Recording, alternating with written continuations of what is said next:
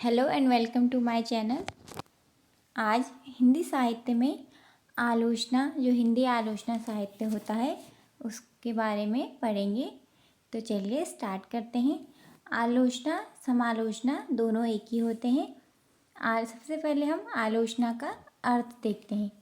आलोचना शब्द संस्कृत के लूज धातु से बना है। लूज का अर्थ होता है देखना।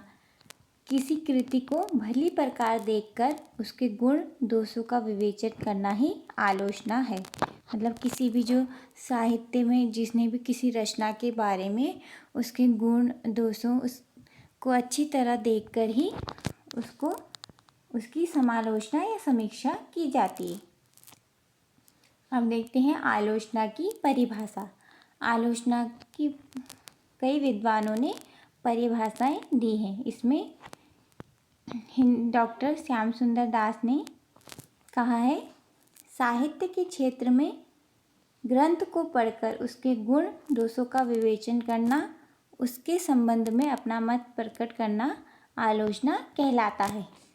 ये परिभाषा श्याम सुंदर दास ने दी है।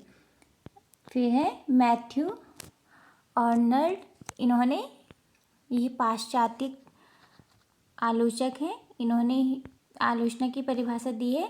इन्होंने कहा है, आलोचना का कार्य मात्र उत्तमोत्तम बातें जो जानी गई हैं उनको जानना और बदले में दूसरों के लिए ज्ञान कराना।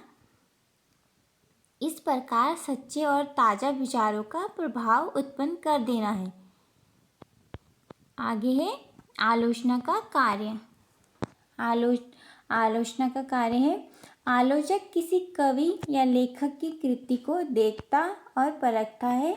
आलोचना कवि या लेखक और पाठक के बीच की श्रृंखला है। ये जो आलोचना होती है वो लेखक, पाठक और कवि को तीनों को जोड़े रखती है।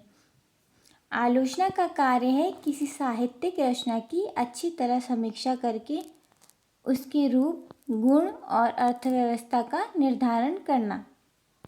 आलोचना ऐतिहासिक, सामाजिक, राजनीतिक परिस्थितियों और शक्तियों का भी आंकलन करती है और साहित्य पर उनके पड़ने वाले प्रभावों की विवेचना करती है।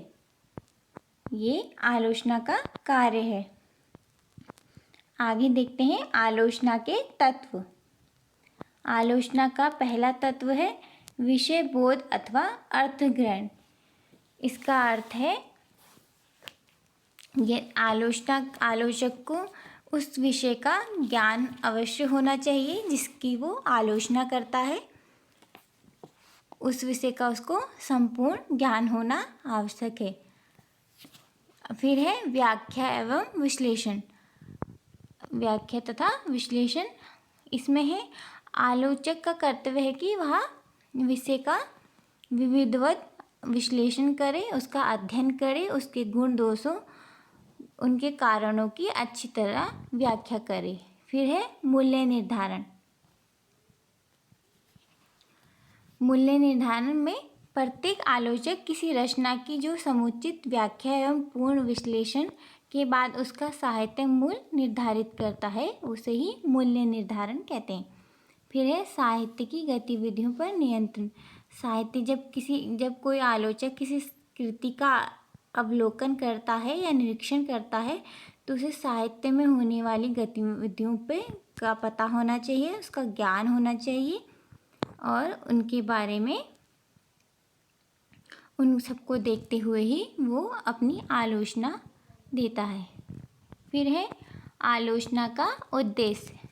पहला है आलोचना युगानुरूप साहित्य में प्राण प्रतिष्ठा करती है। जैसे जैसे युग बीतते हैं वो साहित्य में उसी तरह युगों के अनुरूप ही मूल्यों की प्रतिष्ठा करती है। फिर है जीवन के चिरंतन सत्य का दर्शन कराना। जो भी आलोचक या रचनाकार हैं वो साहित्य में जीवन की चिरंतन सत्य का दर्शन कराते हैं। फिर है साहित्य के मर्म को उद्घाटित करना। नेक्स्ट है आलोचना की पद्धति या प्रकार। कुछ भी कह सकते हैं, इसकी पद्धति भी कह सकते हैं, आलोचना के प्रकार भी कह सकते हैं। पहला है शास्त्रीय आलोचना। शास्त्रीय आलोचना वह है आलोचक प्राचीन आचार्यों द्वारा दिए गए शास्त्रीय लक्षणों के आधार पर कृति की आलोचना करता है, उसे ही शास्त्रीय आलोचना कहते हैं। फिर है सैद्धांतिक आलोचना। सैद्धांतिक आलोचना में साहित्य रचना से संबंधित आधारभूत सिद्धांतों का नियमों का निर्माण किया जाता है। काव्यशास्त्र, साहित्य दर्पण, काव्य प्रकाश, रसगंगाधर आदि इसी प्रकार के ग्रंथ हैं। फिर थर्ड है निर्णयात्मक आलोचना। निर्णयात्मक आलोचना में निश्चित सिद्धांतों के आधार पर जब साहित्य के गुण दोष श्रेष्ठ निकृष्ट का निर्णय कर दिया जाता है तब उसे निर्णयात्मक आलोचना कहते हैं। इसके अंतर्गत आलोचक कृति का महान, लघु और सामान्य आदि श्रेणी में विभाजन भी करता है। नेक्स्ट है व्याख्यात्मक आलोचना। प्रारंभ करने का श्रेय, जो भी व्याख्यात्मक आलोचना है, इसे प्रारंभ करने का श्रेय डॉक्टर मोल्टन को है। इन्होंने ही इसे प्रारंभ किया था। इसमें वैज्ञानिक अन्वेषण तथा व्याख्या विशेषण को ही आलोचना का आदर्श माना जाता है। यहाँ आलोचक का कार्य कृति के सौंदर्य का उद्घाटन करना होता है, मूल्य निर्धारण नहीं। नेक्स्ट है प्रभाव विभाजक आलोचना। इस आलोचना में काव्य का जो प्रभाव आलोचक के मन पर पड़ता है उसे वह सजीले पद विन्यास में व्यक्त कर देता है। इसमें वैयक्तिक रुचि ही मुख्य है।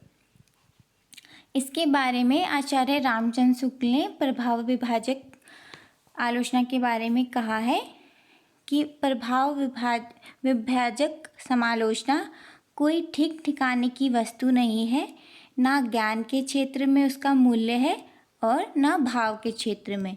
ये रामचंद्र शुक्ल ने कहा था प्रभाव विभाजक के आलोचना के बारे में। नेक्स्ट है ऐतिहासिक आलोचना। ऐतिहासिक आलोचना के अंतर्गत लेखक की युगीन परिस्थितियों, आंदोलनों और प्रवृत्तियों को विश्लेषित कर उनके आलोक में कृति का आंकलन करता है। ये किस में होता है? ऐतिहासिक आलोचना में। फिर नेक्स्ट और लास्ट है मनोवैज्ञानिक आलोचना। मनोवैज्ञानिक आलोचना साहित्य को सामाजिक कार्य के स्थान पर व्यक्तिक कर्म मानती है और कर्ता के मन में संदर्भ में ही कृति का विश्लेषण करती है। ये है मनोवैज्ञानिक आलोचना। ये थे आलोचना के प्रकार या पद्धति। Thanks for watching.